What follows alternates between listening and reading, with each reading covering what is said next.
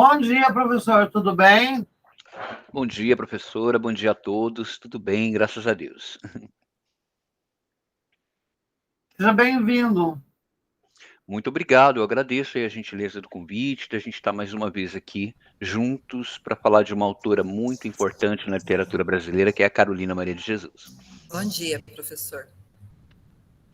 Bom dia, bom dia.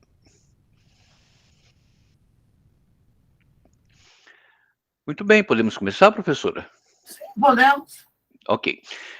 Deixa eu compartilhar aqui. Eu já saio aqui da tela, só um minutinho.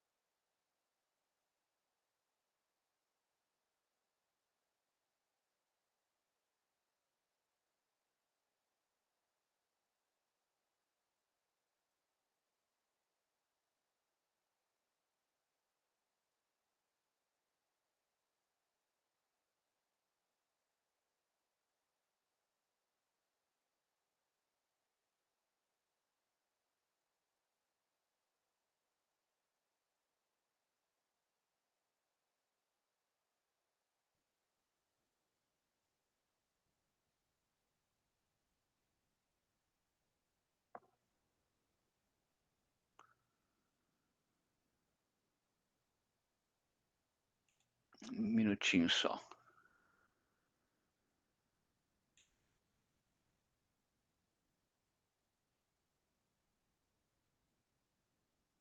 Estão vendo?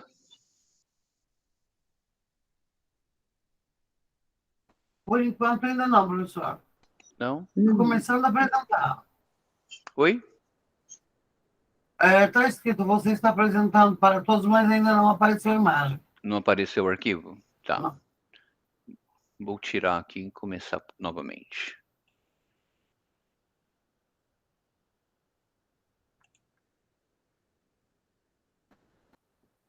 Agora sim. Uma página do YouTube, né? Professora, eu não sei se... Bom, pelo menos a última vez que eu tentei exibir YouTube, eu não consegui. Sim, eu Mandei o link coloquei. para a turma, dei uns minutinhos e... Tá, eu coloquei aqui na tela, numa página agora, para poder aparecer. Eu vou tirar minha câmera, porque senão vai travar. Um minutinho. Ok.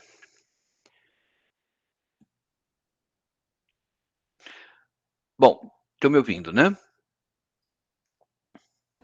Sim. Ok. Eu vou começar com um vídeo bem curto hoje, bem rapidinho, de 1 minuto, depois a gente vai até visitar outros vídeos, para a gente legitimando, fazendo uma interconexão com a nossa reflexão sobre a obra da Carolina, tá? É um vídeo de 1 minutinho só, depois eu volto aqui para a gente conversar um pouquinho, e coloco a partir do PowerPoint, para a gente ir esmiuçando um pouco sobre a vida e obra dessa literata tão importante no Brasil, que é a Carolina Maria de Jesus, e que ela é tão múltipla, né, que ela transcende o universo da literatura. Ela perpassa por um monte de temas, né? Parece que ela está presente sociologicamente, explicando para nós uma geografia humana, né? Um aspecto político, de percepção social e muitas outras temáticas que estão orbitando em torno da vida e obra da Carolina Maria de Jesus. Claro que a ferramenta, a arma da Carolina para explicar o mundo para nós é a literatura. Por isso que a gente precisa perceber o poder, o valor que a literatura tem na sociedade, né? A literatura, ela ajuda a organizar as percepções, as decodificações, a hermenêutica da sociedade. E a gente vai falar um pouquinho sobre isso daqui a pouco. Deixa eu só colocar um vídeo de 1 minuto, então. Se vocês não estiverem ouvindo, vocês me falam, tá bom? Podem falar aí, porque eu não estou vendo vocês mais. Vamos lá. Professor, a gente não está vendo. Ah, sim, agora apareceu. Isso, vamos lá.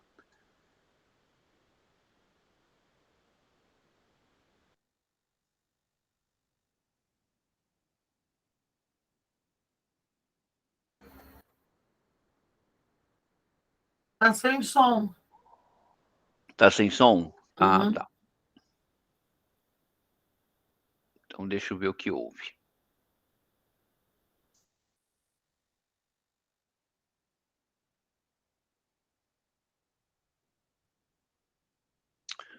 Não sei por quê, professora.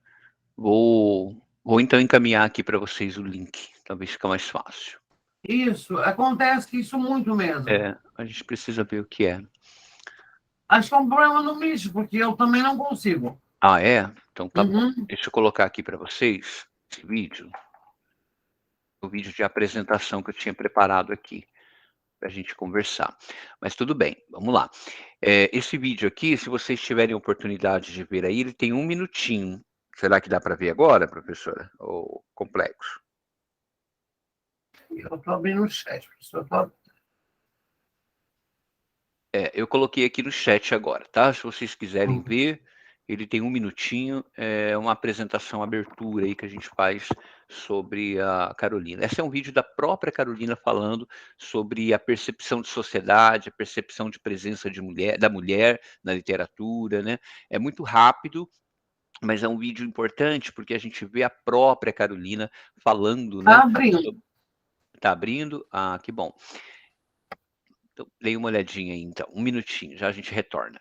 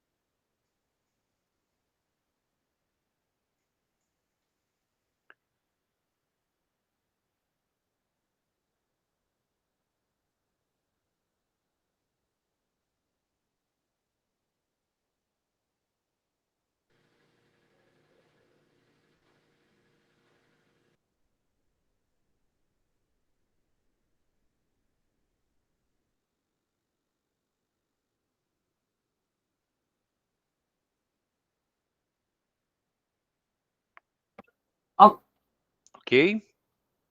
Ok. Ok. Legal. Muito bem. Vou colocar então aqui, vou tirar do apresentar e vou colocar apresentar a tela.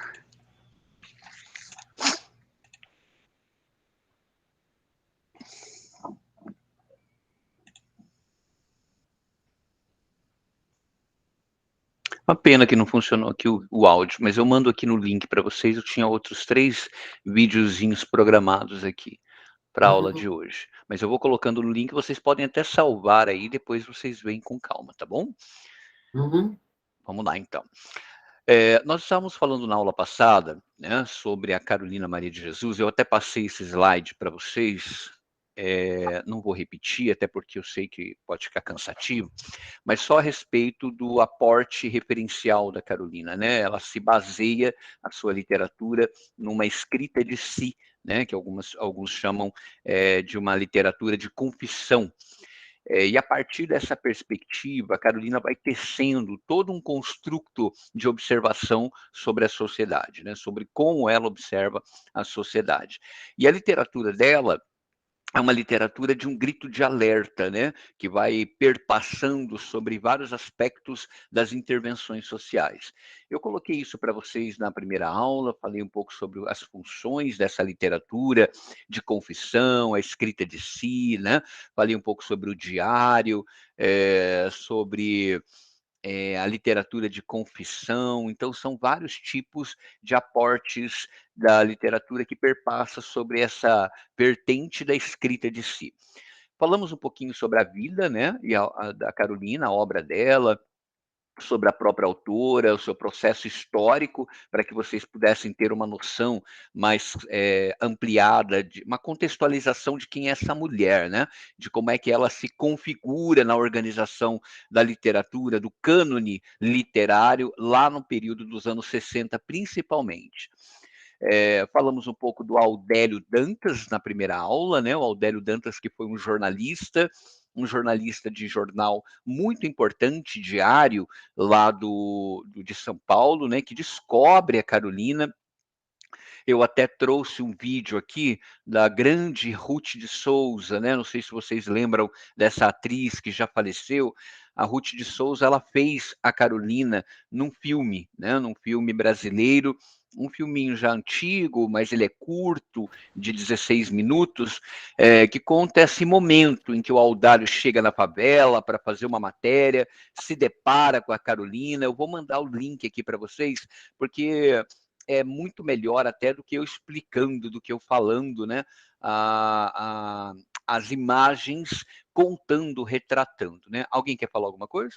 Sim, professor, o senhor pode mandar esses vídeos para mim? Posso sim. Vou mandar Para eu para colocar vocês no verem. relatório e também no Facebook.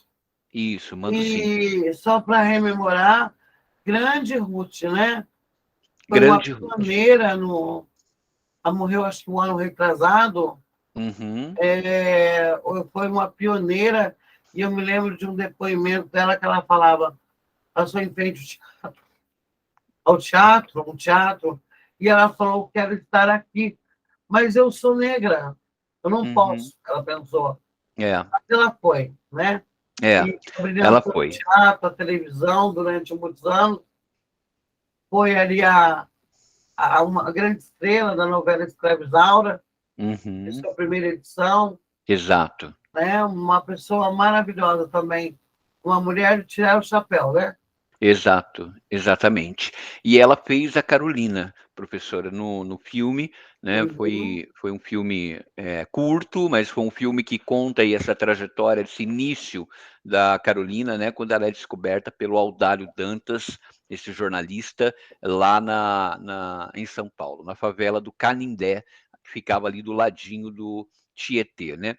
Então, é muito importante a gente observar como essa intermedialidade, né, essas interconexões de mídias com a literatura vão tecendo, né, esse processo histórico da literatura e desta literata tão importante no Brasil.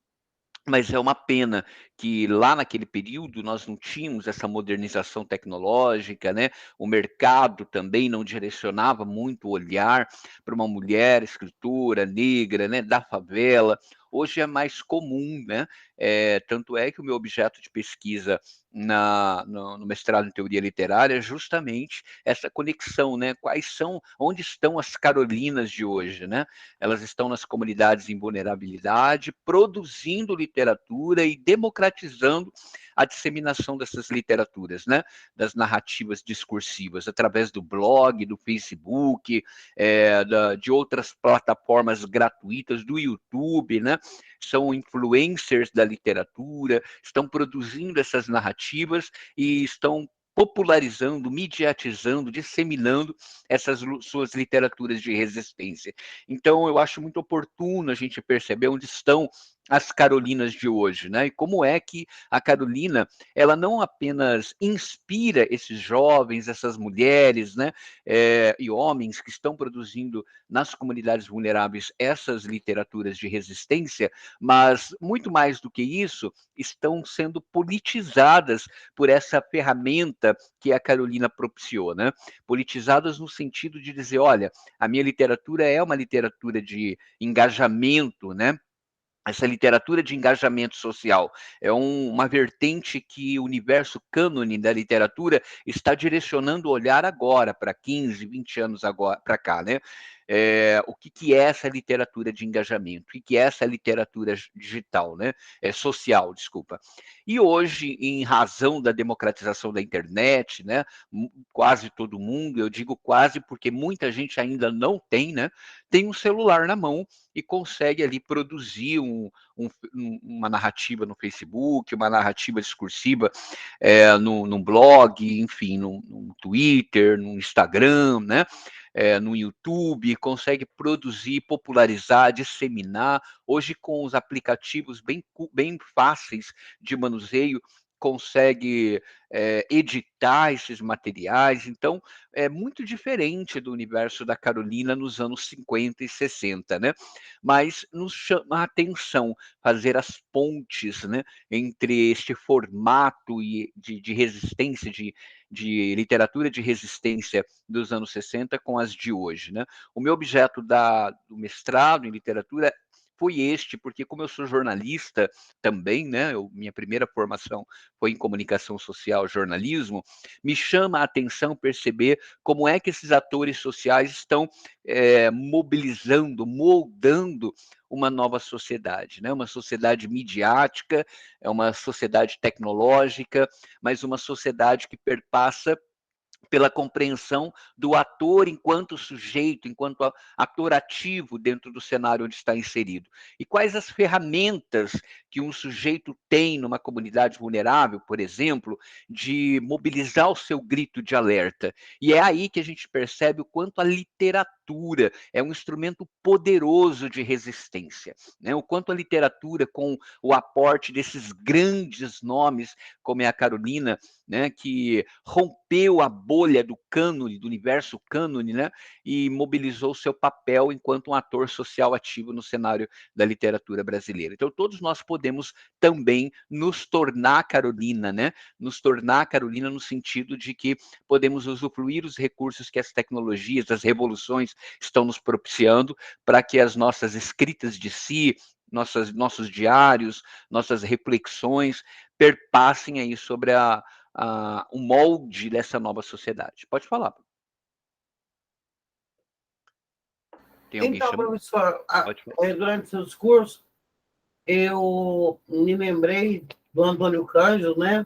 Aham. Quando ele fala da literatura e da formação do homem, também no artigo O Direito à Literatura, dessa função humanizadora que a literatura tem, e a fala da Carolina traz isso, né? Essa função humanizadora capaz de tirar o homem ali da boca do lixo e trazer para um lugar melhor, e a gente vê uma casa de alvenaria no fundo, né? Uhum. Que ela falando do quanto a literatura melhorou a vida dela do ponto de vista financeiro, mas também a gente percebe a humanização que existe dentro dessa mulher que teve acesso à literatura trabalhando como empregada doméstica, né? Sim. E em condições muito difíceis de vida, e ela falando também das outras mulheres, né? Exato. Uhum. Então a gente percebe que a literatura tem essa capacidade de sensibilizar o ser humano para o mundo à sua volta. Exatamente isso, professor. E muito bom a senhora citar Antônio Cândido, porque vem ao encontro, né, dessa reflexão sobre a humanização da literatura, né? A gente precisa perpassar por uma vertente, isso daí é um grito de alerta contemporâneo da literatura, do universo da literatura, associar a realidade situacional do país, dos homens e das mulheres, das crianças brasileiras, né, com esse campo da produção das narrativas discursivas, porque a narrativa precisa ser uma ferramenta histórica, né, de concepção histórica da sociedade, por isso que a literatura tem um papel extremamente importante na configuração social, porque ela eterniza, ela coloca na compartimentalização, ela compartimentaliza, ela coloca no lugar o universo histórico da sociedade, mas muito mais do que isso também tem um papel social, né? Um papel de resistência. E é por isso que autores como Conceição Evaristo, Djamila Ribeiro, Carolina Maria de Jesus, né? Sueli Carneiro, são autores que vão rompendo essas bolhas de que a literatura estava num compartimento elitizado. Eles vão mostrando que não, que a literatura ela é um é um instrumento de resistência, né? As palavras, as letras, a organização de sentido, né? Dessas produções, elas vão tendo um papel histórico na sociedade. E por falar em papel histórico, a gente não pode deixar de ver qual o papel histórico que a Carolina teve no seu recorte temporal, né? O papel histórico da Carolina foi de fazer de mexer com as estruturas, né? Olha para vocês verem, ela mexe com a estrutura do universo da literatura, quando, inclusive, ela vivencia a experiência, né, de ser atacada pelo universo cânone por alguns grandes nomes da literatura brasileira que não aceitavam essa explosão da Carolina, né? Inclusive, ela vendia mais do que os próprios grandes primeiros lugares, os grandes autores daquela época, né? Então, ela vivenciou essa experiência. O aspecto político, né, é outro ponto importantíssimo, e eu gosto muito de pensar a Carolina enquanto um ator político. Acho até que precisa de mais pesquisas que perpassem por essa colocação, né, de lugar a Carolina enquanto uma mulher política, porque ela enfrentou nas suas denúncias, né, o próprio regime militar do país nesse período aí do final dos anos 60, início dos anos 70, principalmente, né? Ou seja, a Carolina vivencia a experiência de ser apagada, silenciada, cerceada, né? Quando os Estados Unidos vêm com a proposta de fazer um filme sobre a história dela, obviamente que os Estados Unidos também queria tecer um construto estético sobre o Brasil, né? Não só sobre a Carolina, sobre a personagem da Carolina, mas sobre o Brasil, né? O Brasil deste período, o Brasil deste recorte. E é proibido esse filme, né? O regime militar brasileiro proíbe esse filme. Inclusive, ela já tinha assinado o contrato, recebido uma parte do recurso, né? Do dinheiro que ela iria receber com esse filme. Então, outro aspecto importante desse regime, dessa perspectiva da história da Carolina com o regime político, né? A Alemanha, né? Uma documentarista alemã vem ao Brasil e produz na favela do Canindé, inclusive, esse local onde está essa foto nesse momento, né? Produz um documentário dela de 16 minutos que é proibido no Brasil ser passado. Esse documentário só foi tornar-se público através do Instituto Moreira Salles, que detém, né, esse direito da disseminação das imagens da Carolina hoje, e o Instituto Moreira Salles consegue resgatar esse vídeo de 16 minutos feito no período dos anos 70, que foi proibido pela ditadura, e ela vai contando, eles vão mostrando ela, né, descendo aí a escadinha da casa dela, na favela, indo com um balde d'água buscar água na favela, porque todo mundo buscava água numa bica, né? Então, esta realidade do Brasil é um discurso político, né? E esse documentário também foi proibido. Então, as obras, a literatura de Carolina vai decaindo muito nos anos 70 em razão do apagamento dessa mulher preta, dessa mulher pobre, dessa mulher mãe solteira, dessa mulher favelada, dessa mulher que ousou combater o regime social que se estabelecia naquela época, que a sua única arma era a literatura, né? E é uma literatura de resistência. Professor, Oi, pode falar, perdão. Muito foi atacada a Lei Rouanet, né? Nos últimos anos aí, né, do atual mandato, né, Aham. do então presidente, muito foi atacada a Lei Rouanet, que é uma lei de incentivo, desculpa, à cultura, né? Aham. Mas ainda assim houve um resgate, né? Principalmente quando a Lei Rouanet estava funcionando bem, de várias pessoas, de vários imortais, como agora o Marighella, né? Aham. Foi a última produção, acho que do Wagner Moura dirigiu, mas assim seria muito interessante, né? Que eles se atentassem para agora fazer esse resgate em forma de filme da Carolina Maria de Jesus. No momento em que nós estamos questionando as alteridades, né? O negro, o pobre, a mulher. Então, trazer à tona essa mulher que foi tido como invisível, né? Sim. Durante o período de repressão. Exatamente. Tomara que se atentem para isso.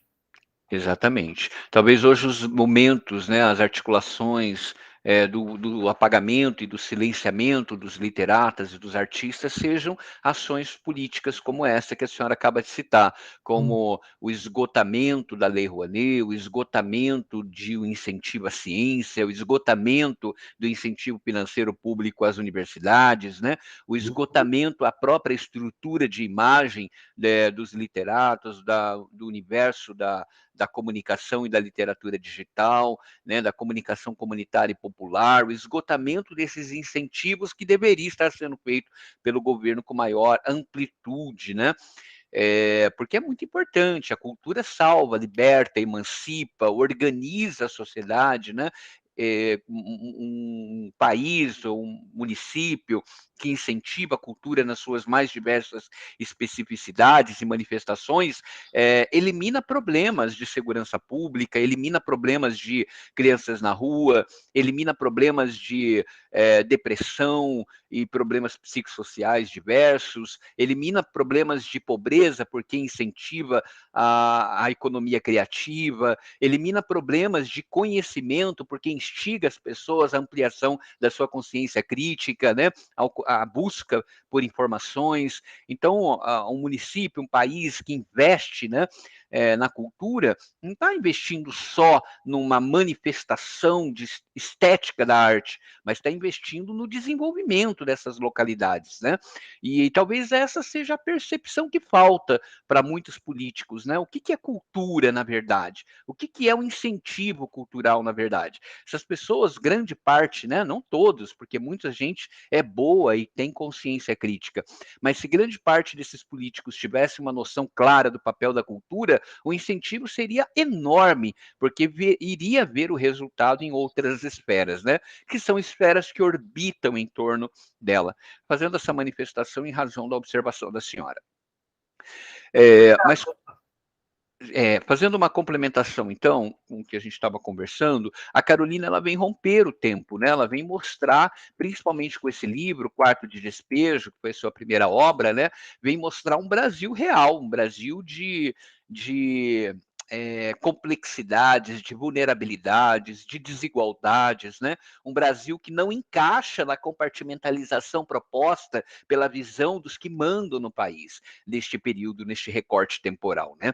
E aí a gente percebe que o quarto de despejo é atual, porque hoje ainda existe esse nível de vulnerabilidade exacerbada, né? Um país onde pessoas estão na frente do matadouro, buscando ossos para fazer uma sopa para o filho que estão passando fome. Esse é o Brasil real de hoje, né?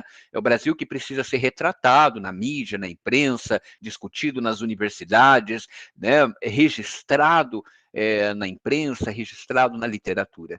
Então é preciso perceber isso também, né?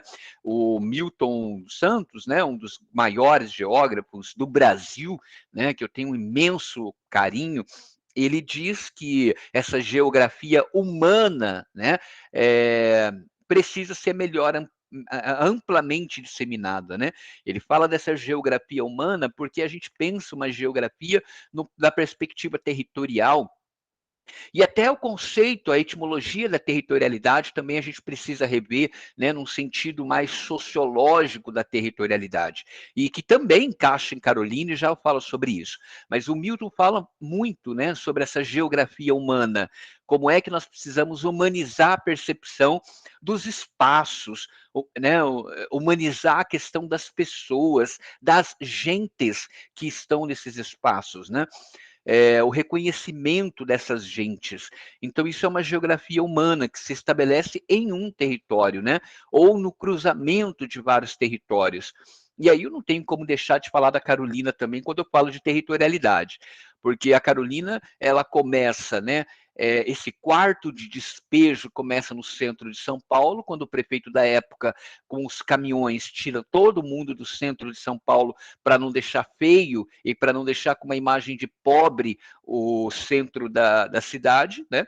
Então já tem um discurso aí de como é que o poder público via, né, a miserabilidade, tira essas pessoas e levam para um terreno longe, né, um terreno próximo de um córrego, um rio, né, que é o do Tietê, e lá é criado a favela do Canindé. Então já é um despejo, né? Um despejo que a sociedade, né, predominante, hegemônica, né, que é a do governo, do poder público, estabelece na visão de cuidado dessas pessoas em vulnerabilidade. Então aí já está a primeira percepção do que é território, né?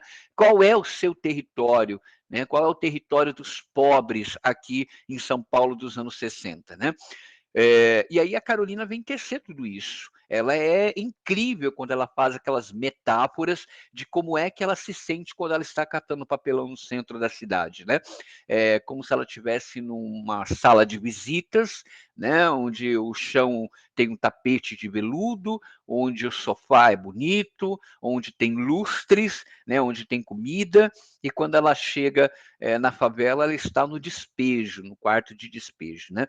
Então, essas metáforas que a Carolina vai tecendo na narrativa discursiva da sua obra é incrível, é importantíssimo a gente observar como ela via a política social dessa época. E isso está atrelado ao conceito de territorialidade, né? Eu acho importante, professora, sempre lembrar que a Carolina tinha uma literatura de engajamento social. Então, ela tinha uma literatura de resistência.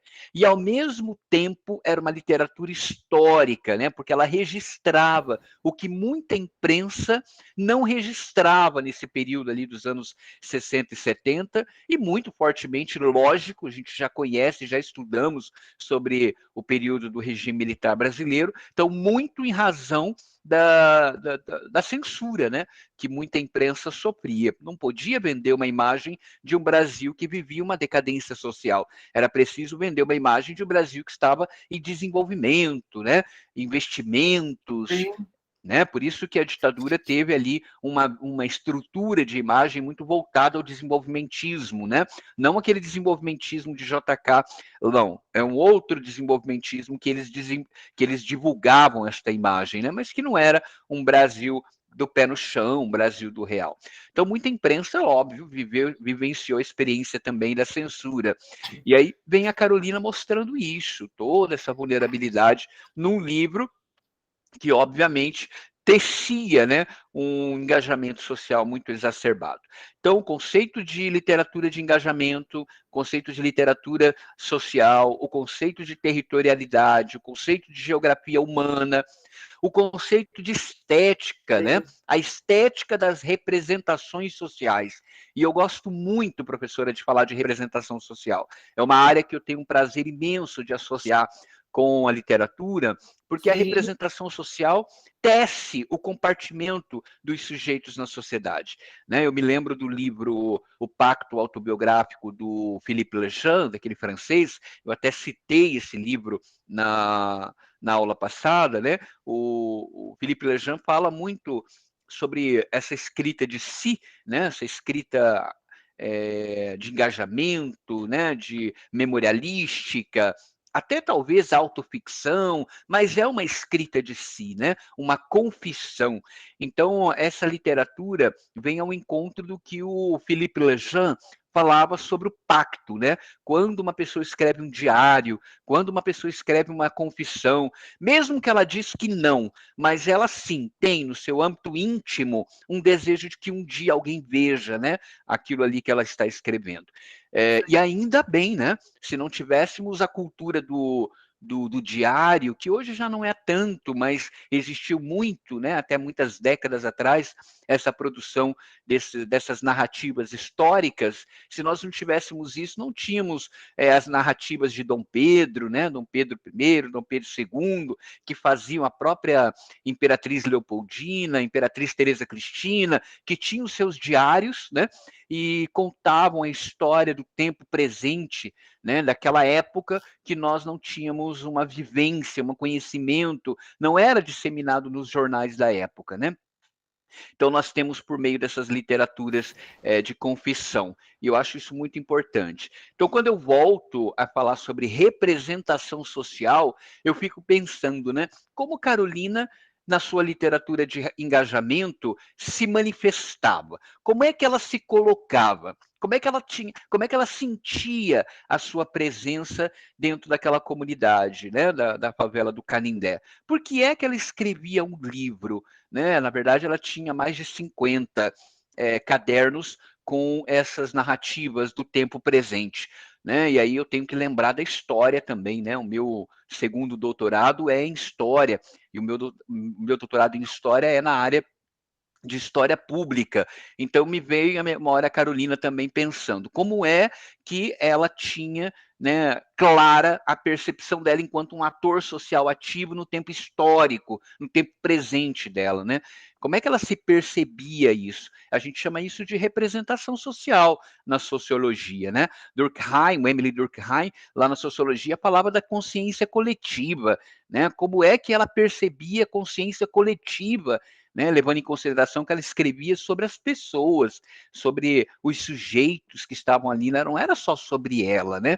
Ela tecia um construto narrativo discursivo sobre uma consciência coletiva, né? Ela que perpassa, inclusive, pela área da psicologia social, pela área da psicanálise, né?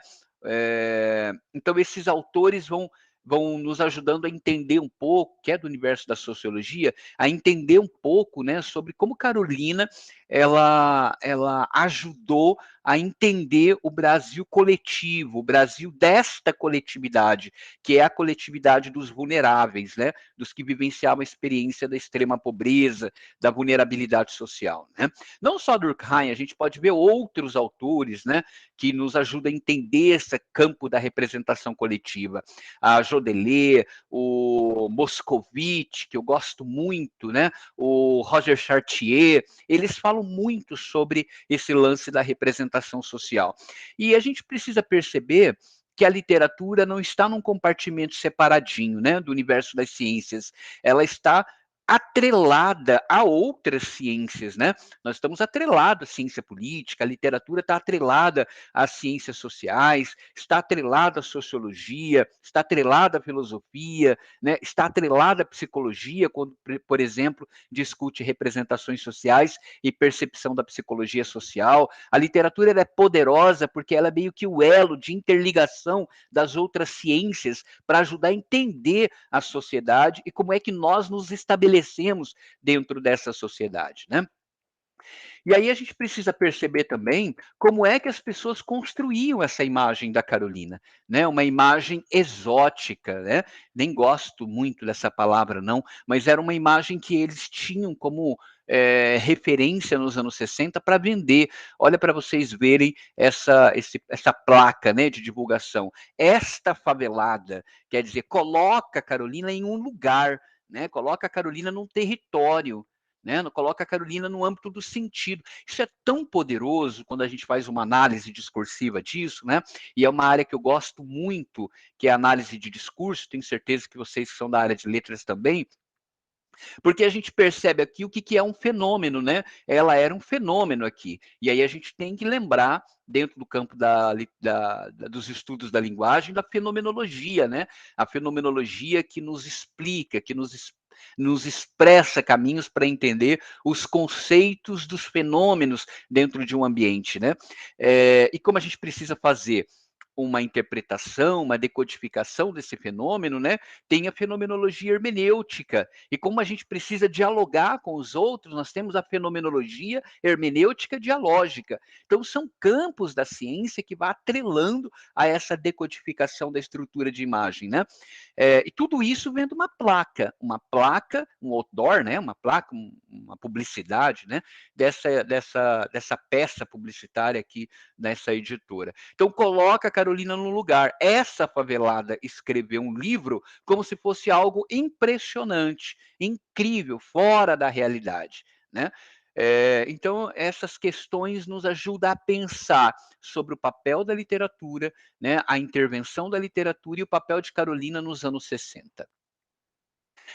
Eu falei na aula passada, eu sei que o nosso tempo está quase estourando aqui, mas eu falei na aula passada sobre esse disco, né? E eu vou mandar para vocês o link. Eu queria colocar um pedacinho aqui, mas como eu não estou conseguindo, eu vou mandar o link já para vocês. Vocês salvam aí se quiser. Foi o único disco que a Carolina escreveu e cantou, né? E as suas narrativas, a letra da música, né, da Carolina, das músicas dela, são todas relacionadas ao livro Quarto de Despejo. Então ela conta, né? Ela cria personagens, historinhas e canta, né? Ela conta e canta, ou canta contando, né? As suas narrativas. E é muito legal. A Carolina era muito afinadinha, né? Tinha uma voz bonita, forte, muito potente também, uma musicista. Falei das obras, né? Casa de Alvenaria. Esse é o documentário que alemão, que foi proibido de passar, né? O Quarto de Só Despejo, que volta é a o livro. imagem, por favor, Sim, devagarinho. volto, Espera só um volto sim. pouquinho. Tá. Peraí.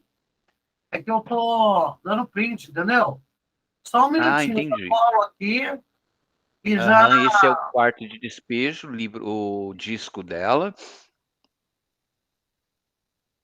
E Carolina, né, já numa experiência de viagens internacionais, ela foi inclusive recebida pelo presidente do Uruguai, recebeu prêmios na França, né? A Carolina já com uma estrutura de imagem, uma estrutura social melhor, né? Em razão da Elegante, por sinal. vendagem dos livros. Senhora? Muito elegante, por sinal. Ela era muito linda, uma mulher muito alta, né? De 1,80 m, muito bonita. É. Casa de Alvenaria. Esse livro ela escreve depois que ela sai da favela, né? Quando o sonho da vida dela, que era ter uma casa de alvenaria, uma casa de material, ela consegue realizar, né? Mas esse diário de uma ex-favelada, né? Que inclusive é o subtítulo aqui do livro, não sai do universo da denúncia social, viu? Porque a Carolina mostra aí como é que é o cerceamento do ator pobre, né? Do ator social pobre, que veio da pobreza, né? Como que é a imagem dessas pessoas no outro universo, no universo dos ricos, né? Então ela conta as experiências das humilhações, né? Das visões que as pessoas tinham dela, mesmo nesse universo do cânone, nesse universo dos prêmios, nesse universo das festividades, né, dos vizinhos de um bairro mais financeiramente melhor. Então, como que era tratada, né? Ela conta tudo isso. Um diário de uma ex-favelada, a gente vê uma outra sociedade, né? Uma outra forma de tratamento social. Pode falar. Então, professor, a gente sente muito isso na contemporaneidade, né? Essa questão dessa hipotética classe C que foi criada na administração de governos anteriores, essa não aceitação, essa recusa das classes, da classe média, da classe alta, da participação dos pobres, né, em teatros, em aeroportos, né, porque existe uma carga ideológica muito forte, né, que inibe esse processo de mobilidade social. Né? Existe uma caixinha, parece que nós estamos numa sociedade de castas, né? Não, na verdade, Sim, nós estamos, né? É uma coisa disfarçada. estamos, né? Um Então, Brasil que está em 8. se Pode falar, projeta perdão. um pouco, ela causa muito ódio, né? É, A ódio é uma palavra que está muito na moda, né? E não só na moda, a gente vê no olho das pessoas, quando as pessoas que estão do lado de lá, né? Que pensam assim, que sentem assim, que concordam com essa visão de mundo, a raiva que eles têm da mobilidade social. Né? Já ouvi por parte de pessoas que o Brasil está na miséria porque o povo não gosta de trabalhar. Eu então, trabalho, né? Mas é tudo vagabundo, entendeu? é, É uma doença, uma chaga que veio à tona na figura do monstro da Lagoa, né? Que nos representa atualmente, e que é também, ele representa esse povo, e esse povo o representa. Exatamente. O que houve no Brasil foi que caiu a máscara, né? A gente estava vivendo num país que, hipoteticamente, as pessoas aceitavam a mobilidade social e a presença do negro, do índio, da mulher em determinados espaços, etc., né? São muitas categorias, do venezuelano que vem para cá, dos outros países da América Latina, trabalhando em regime de escravidão, mas aí caiu a máscara, porque houve uma legitimação do preconceito. Né? Um cala-boca, né? Até citei a Lei Rouanet, que foi tão combatida, porque nós voltamos àquele pensamento de termos que ouvir que no Brasil não há fome. Não se exatamente. tem fome. Então é melhor que ser surdo, né? Escutar esse tipo de comentário. E a gente não pode deixar de citar também, a senhora veio por esse caminho aí, a reflexão da senhora, eu acho que é importante destacar também a questão do que é minorias, né? A senhora falou agora dos negros, dos índios, né? Das mulheres, né? Os gays e tantos outros que são considerados minorias, mas que na verdade não são minorias, são minorizados, né? É um outro aspecto etimológico. É um outro aspecto etimológico. E aí eu não tenho como deixar de lembrar... Pardo, né? Afrodescendente. Na maioria, né? E aí eu não posso deixar de lembrar... Nome, né? Só é minoria no nome, na verdade são minorizados, né? Porque são colocados numa caixinha social, né? Num compartimento, mas não são minorias, né?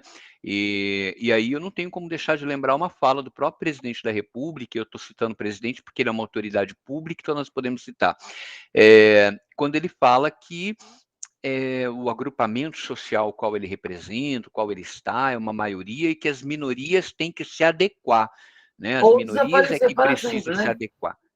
Então, se adequar à realidade situacional discursiva. Isso é muito sério e muito importante para nós que somos do campo dos estudos da linguagem, observar, né? Fazer uma análise crítica, uma análise crítica dessa hermenêutica dele, né? Porque aí a gente pensa, como é que estabelece uma narrativa pública, de uma autoridade pública que deveria fazer uma organização discursiva de atendimento a todos, estabelece, concretiza, né? Coloca um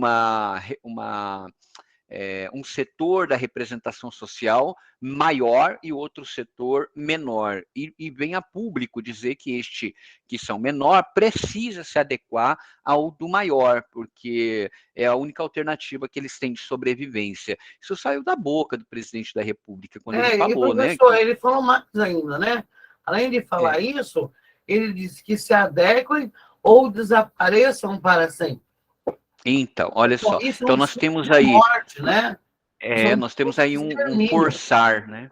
Uma situação de forçar uma realidade situacional, né? Uma realidade situacional onde essa... E aí não tem como deixar de lembrar de novo do Emile Durkheim, né? Que é lá da sociologia, ou até do Roger Chartier, quando eles falam da consciência coletiva, né? O que é uma consciência coletiva, né? Então, uma fala como essa do presidente não vem ao encontro de uma consciência social coletiva, vem ao encontro de um cerceamento coletivo, né? De um cerceamento dessas unidades de povos que compõem o coletivo. E a gente precisa perceber, né, o quanto isso é sério, porque isso daí minimiza, né, determinados agrupamentos sociais, que é como se fosse um apagamento, um silenciamento das suas lutas, das suas causas, das suas identidades, das suas memórias, das suas representações sociais. A Lúcia Santaella, que é uma professora da PUC São Paulo, ela escreve muito um universo de narrativa sobre a semiótica, né? Que, aliás, a semiótica nos é cara, nos é importante para nós que somos do campo dos estudos da linguagem também, né? E ela escreve muito sobre semiótica, ela fala muito, ela pensa a linguagem a partir da semiótica, né? E aí vem para dizer para nós quais signos, né, tem numa fala como essa do presidente da República, né? Tem signos ali, né? Tem signos com significados, e esses signos são ideologias, formas de ver o mundo e necessidade de uma implementação de sistemas de castas, como a senhora falou há pouco, né? De separação de pessoas que, na verdade, são separação de representação social, né? Isso é muito importante também. Isso Esse também daqui me é o lembra, documentário. professor, a fala do Foucault, quando ele fala desse cerceamento, né? E dessas forças repressoras que vão, né, a todo custo, tirando o espaço das classes, das minorias, chamadas minorias, que o senhor acabou de classificar como minorizados, né? E é uma luta intensa, invisível, pagamento da visibilidade dessa gente. Exatamente. Me A senhora lembra citou o a linha Foucault. do Chico, em que ele fala que ele descreve as casinhas simples com flores na janela, e ele canta com muito amor, né, dessa gente que o atual presidente odeia. Né? São gente simples, são casas simples, com flores na janela, mas lá dentro existe um lar, existe amor. Então, Exatamente. a nossa esperança ainda é um grupo de 20 pessoas reunidas numa manhã, né, de alunos esforçadíssimos, de um professor que dedica o máximo de si a esse projeto, o senhor, e os demais também, para refletir sobre isso, e os nossos intelectuais, que, né, como diz o Ratinho apresentador, ele diz que como é que é a frase dele? A intelectualidade desse Brasil é burra. Burra é ele. Burra é ele, 1000 vezes. Ele e o filho dele. É um absurdo, né? Como que esse agrupamento ataca a ciência, ataca o pensar, né? E eles têm espaço na mídia, espaço amplo na mídia. Exatamente. E seguidores fervorosos. Porque como não há consciência, né, não há desenvolvimento do senso crítico, esse tipo de gente se traveste de pobre, que é o caso do Ratinho, fala errado, porque ele sempre foi pobre, ele sabe bem falar errado, ele dá um de povão, um de humilde, e as pessoas que não têm senso crítico se identificam com pessoas como essa. E elegem, o que é pior, elegem quem eles mandam. Então, uma coisa perigosa, né? O controle das massas, né? Assim, a gente vai e volta no Marx, né? E no Sócrates. Mas ainda bem que nós temos... É muito perigosa, porque ela é invisível. Né? E ela vem ainda bem, professora. Oi? Ainda bem que nós temos, né, autores e pessoas, né, como Paulo Freire, que ainda nos engaja muito, né? Autores que nos falam de esperança, né, de que nós podemos mudar as coisas, né? Porque se não tivéssemos essas referências, né, se estivéssemos só permeando na academia que eu falo nas universidades, num campo epistemológico, né, só de fragmentos, né, das ciências, nós estaríamos talvez um pouco numa redoma de vidro separado. Ainda bem que hoje nós temos, né, e nós precisamos ampliar ainda mais essas referências que nos diz assim, vai para a rua, vai para os lugares, vai denunciar, vai expressar na literatura ou em outras áreas das ciências, né, vai mobilizar esse povo. Então, isso a gente chama de mobilização da esperança, né? O que na educação nós temos como referência o Freire, porque o Freire ele falava muito sobre essa libertação, né? Essa autonomia, essa libertação, essa consciência de classe, né? Isso aí nos ajuda muito na academia a perceber qual o papel, né, da ciência, qual o papel da intelectualidade, qual o papel da literatura, né? Qual o papel da educação no Brasil. Talvez por isso que a academia seja muito atacada, né? Por esses ditadores e filhotes de ditadores, né? Porque eles acabam mesmo pensando que é um perigo, né? Pensar é um perigo, né? Olhar para essas pessoas que estão produzindo pensamento é um perigo para essas pessoas que têm ali um viés ditatorial, né? A senhora falou do Foucault, só para encerrar, porque eu sei que o horário está acabando, a senhora falou do Foucault, o Foucault tem uma obra que chama Palavras e Coisas, né? Não sei se a senhora já leu, essa obra ele fala da arqueologia das ciências humanas, e nessa arqueologia ele vai esmiuçando, assim, quase que mexe na ferida aberta, né, das sociedades, chama Palavras e Coisas, né? Como é que o sentido das coisas se estabelece através da palavra na percepção dessas sociedades, né, das organizações humanas da sociedade. Aí a gente tem que trazer, lógico, para a literatura, para perceber, no nosso caso aqui do objeto de pesquisa de hoje, que é a obra da Carolina, como que Palavras e Coisas do Foucault vêm ao encontro da obra de Carolina, essas interconexões, né? E tem tudo a ver, porque ela está expressando como é que essa relação humana da sociedade, que é complexa, que é múltipla, né, se estabelece através de uma ferramenta como a literatura. E então é preciso perceber como isso é importante, né? Na próxima aula, professora, acho que é a última aula nossa, né? Eu vou falar das obras e eu vou começar com esta obra, tá?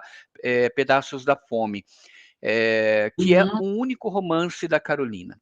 Tá? É um romance maravilhoso da Carolina, escrito em 1963, não teve muito sucesso, teve só uma edição, não fizeram outras edições, tanto é que eu não tenho nem o livro, eu tenho xerox do livro, né, um arquivo em PDF do livro, e eu acho que eu mandei para vocês também lá para o Classroom, né? Porque o Pedaços da Fome conta uma história ficcional, mas uma história ficcional de uma princesa, entre aspas, né, uma filha de um homem muito rico, né, dono de como se fosse um coronel da agricultura, né, do agronegócio, lá no interior de São Paulo, como que ela torna-se pobre e na favelada, né? Como que funciona essa organização ao inverso, né? Então, é muito interessante observar como é que a Carolina cria esses personagens e cria essa narrativa. E aqui nós temos um arsenal de possibilidades de decodificação da psique humana manifestado na narrativa da Carolina nessa obra. Por que é que ela escreve uma literatura de uma princesa ao inverso, né?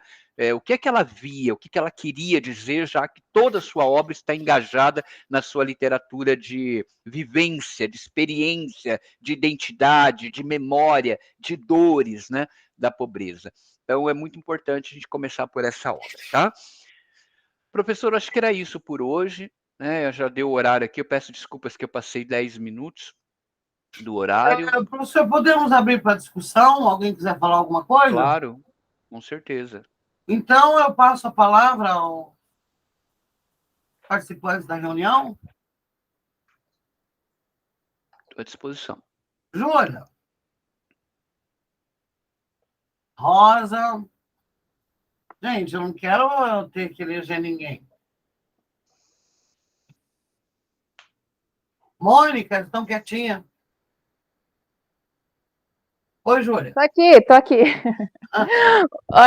Então, Tiago, eu lembro que no primeiro ano de faculdade, a gente teve uma escrita estudar sobre escrita de autorias negras. Uhum. E eu fiz um diário de leitura sobre a Carolina. Olha, que legal. E essa que parte, bacana. sim, foi muito fantástico. E eu peguei o Quarto de Despejo como espelho e estudando a vida dela. Tipo assim, o que eu acreditei? Ali tinha uma escritora com grande potencial, uma sonhadora que queria não só ver a realidade dela, que muita gente pensa só na própria realidade, mas ela queria ver todo aquele povo todo aquele povo da favela, todos aqueles catadores de lixo, com uma qualidade melhor de vida. Então, eu acho que, tipo assim, diante da escrita da Carolina, ela é uma escritora muito humanitária e merecia ter tido mais reconhecimento perante o seu grau de, tanto de grau de ensino que ela teve, com as palavras que ela mencionava, porque ela não tinha tudo, não tinha nada, mas ela era uma pessoa que pensava no próximo, uma pessoa humanitária. E o poder da escrita dela era muito grande. Então, lendo o livro dela e analisando, como diário a gente tinha que ler, tipo, fazer partículas, né, de leitura, ler com bastante calma. Eu acho que eu demorei 40 dias para ler esse livro. A gente vai analisando passo por passo da trajetória dela, do que ela passava, e isso é muito incrível, pensando na época, no que ela vivia, naqueles anos, e nos dias de hoje, analisando, tipo assim, como que a sociedade não tem mudado, entre outras coisas. Muito bom, Júlia, obrigado pela observação. Sua leitura, sua discussão é bem oportuna, principalmente quando você fala que dessa realidade, né, que está conectada com o universo de hoje, né? A obra da Carolina, principalmente Quarto de Despejo, ele é atemporal, né? Ele não ficou lá naquele recorte temporal, ele é atemporal. Hoje nós temos muitas Carolinas denunciando os problemas sociais hoje da mesma forma, né? E é muito importante tecermos essa conexão, né, com a temporalidade, né, com o recorte temporal, história do tempo presente. Que bom que você leu o Quarto de Despejo, uma obra maravilhosa mesmo. Muita gente acha uma obra depressiva, dolorida, né, mas na verdade é uma obra de resistência e muito forte. Obrigada, Júlia. O Lucas também fez um comentário pelo chat. Giovana,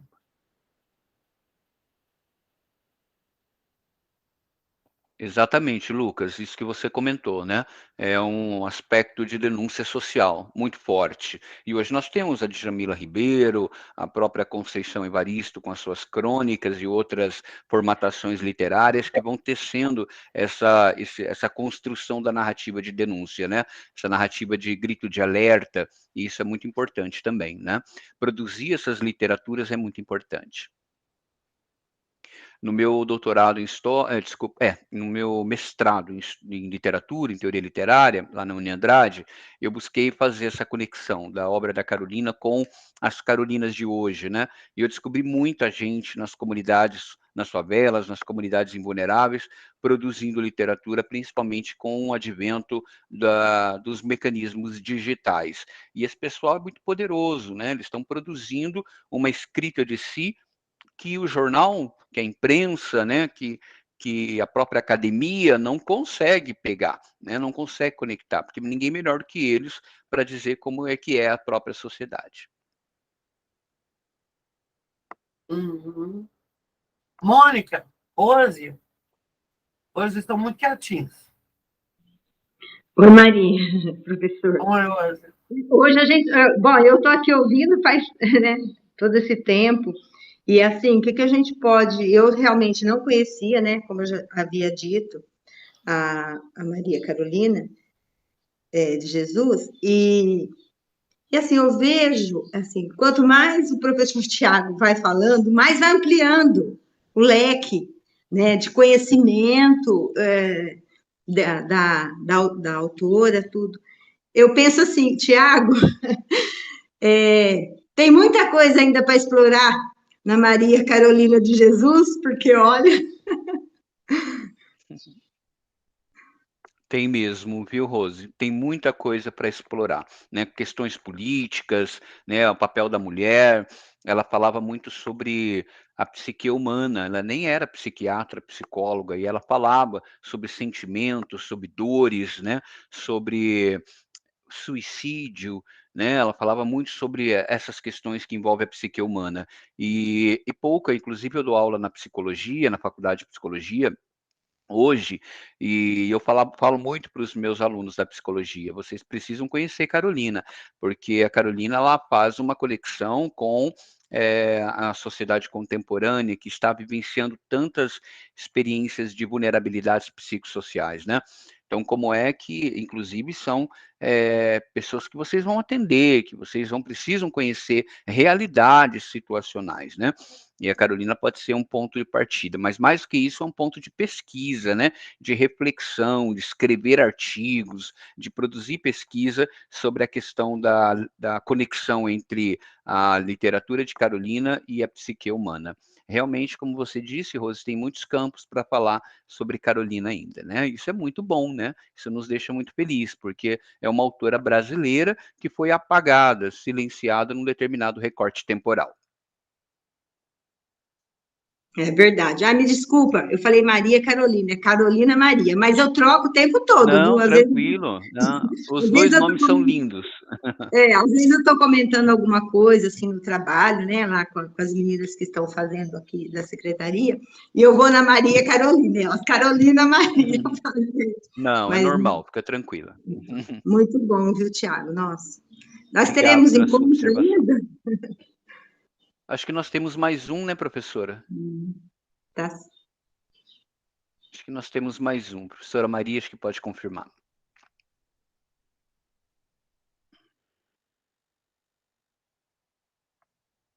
Eu estava com o microfone fechado, desculpa. Sim, nós temos mais um Imagina. encontro, né? Para discutir pedaços da fome.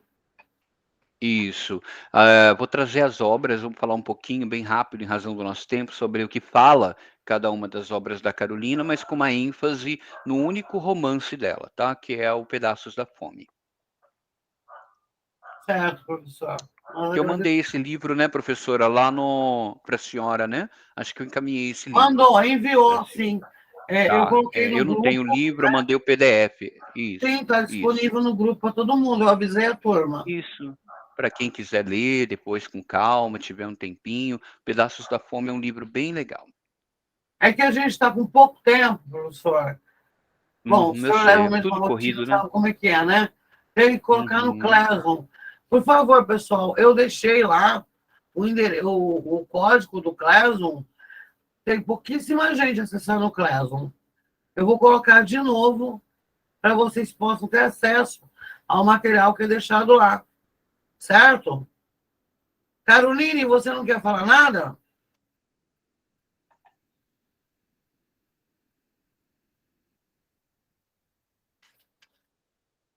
Emanu,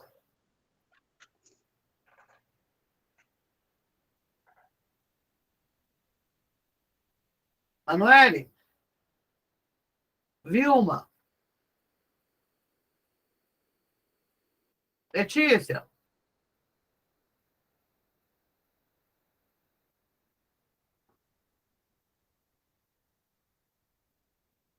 pairou um silêncio. Lucas, Uhum.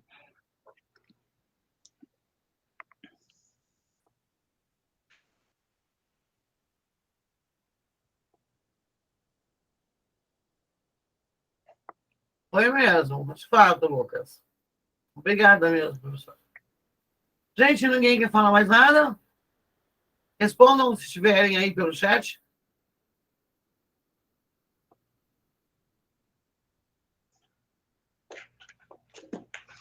Na próxima aula, professora, para finalizar, eu vou falar também um pouquinho, bem rapidamente para fechar, sobre esse livro aqui, Mulheres ao Espelho. Vocês encontram em PDF, se vocês quiserem, tá? Eu vou ver se eu encontro o PDF e mando para a senhora. Esse livro, Mulheres ao Espelho, fala sobre esse gênero, né? Da autoficção, do diário, da ficção, e é da Eurídice Figueiredo. É um livro muito importante que fala sobre como a mulher, através do diário, da escrita de si, coloca-se socialmente, né, no ambiente onde Só ela está colocar o inserida. título no chat, que eu esqueço, professor. Uhum, coloco. Vou por já.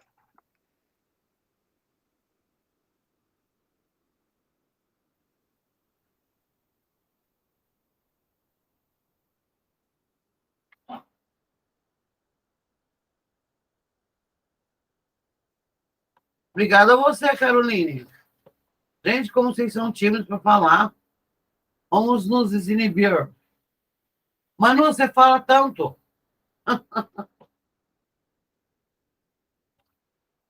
Tem PDF, então, professor? Eu vou procurar, professora, senão eu escaneio esse meu livro e mando para a senhora. Não, não há necessidade não, professor. Não vai Não, estar eu de trabalho, escaneio, não. passo em PDF. Se eu não encontrar o PDF, é até bom eu ter também para facilitar a divulgação. Aí eu Ah, encaminho, sim. pode ficar tranquila. Uhum. Então, ninguém quer falar mais nada, gente?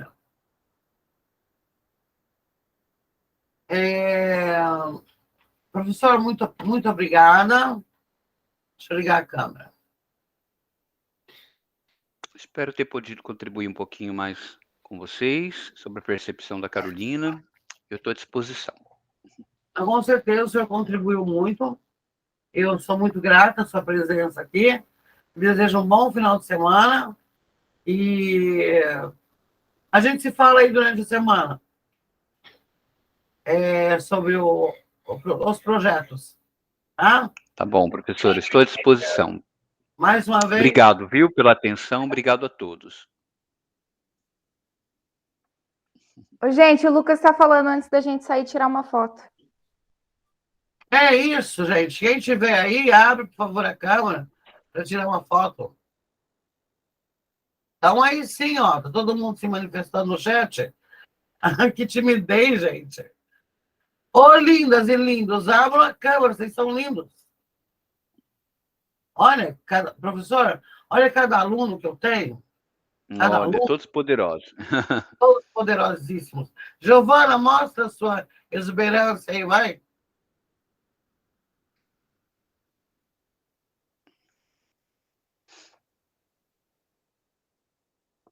Vilma.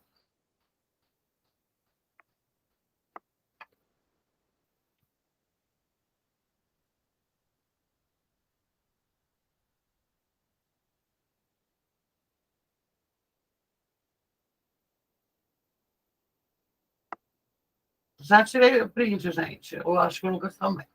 A Júlia também. Obrigada, viu?